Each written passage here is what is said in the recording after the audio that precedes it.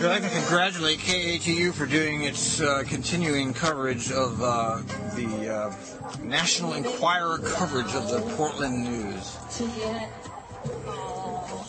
They are truly a yellow journalism paper or TV station. I mean, they're out there talking to his neighbors. You know, here's a guy that hasn't been convicted of anything.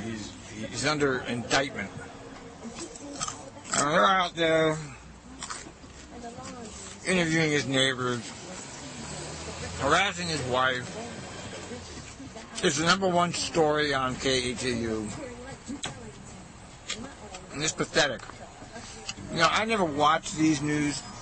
I don't watch any of these local news or anything that has to do with corporate broadcasting. I don't watch it. I don't care about it. It doesn't mean anything to me. The local news is basically, you ever see the show Entertainment Tonight? The trash that's on that show? That's what the local news is. It's entertainment. It's not news. They pick and choose what they want to cover. The Chris Parker story is not a story that should be the first story.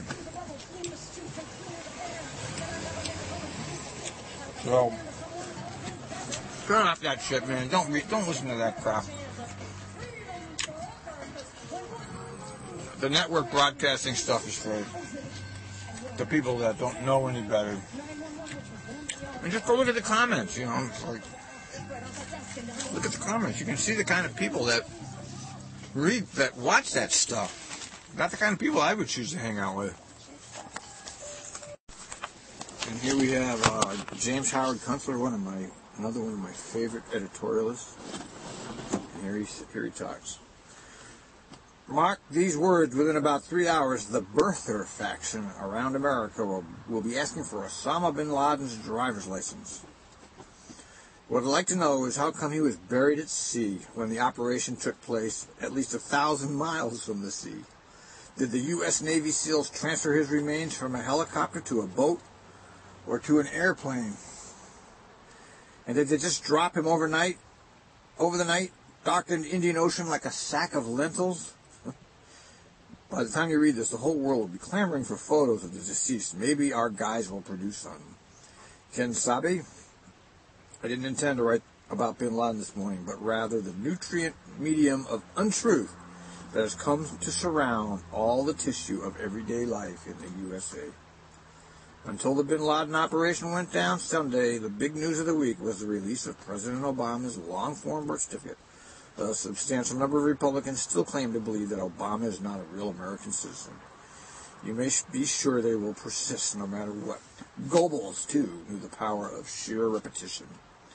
One of the birther leaders, Orly Tates, immediately made the claim that the term African described Obama's father's nationality on the document must be a latter-day PC dodge, because back then the term de jure was Negro.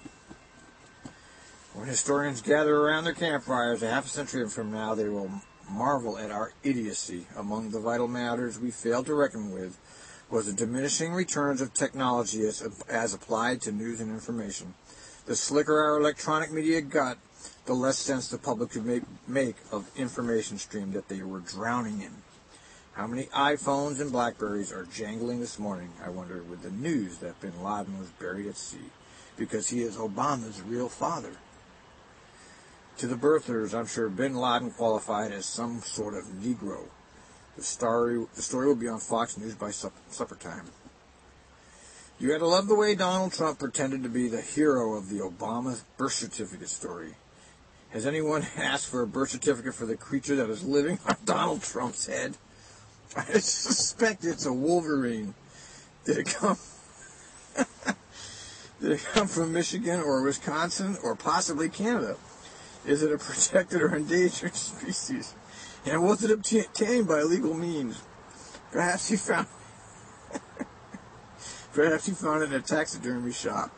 Is there any way the Navy SEALs can drop Donald Trump over the Bermuda Triangle It would make me proud to be an American again. Jeez, that's great. You can't put it. See, I used to keep mine under here. Right. You can't see it, but apparently the new rules say that you have to put it. You have to put it down here. As far as the investigation is concerned, TriMet, as it turns out, was investigating Christopher Parker for some rules violations, but the investigators thought that there might have been more going on, and that's when police were called in. Is that one of the cameras? I mean, this is new to me, but I know he didn't do it because I've been with him this long to know. Wow, what's he dressed in? What the hell's that? Rebecca Parker can't believe her husband arrested and faces charges of They gave him a flak jacket? What the fuck, man? Look at this. He's watching the Multnomah County Jail. Police say that Parker's sexual I don't believe it. And his wife, I know him. I don't believe it. violated I don't believe it order until I see prohibiting the him from having contact with her.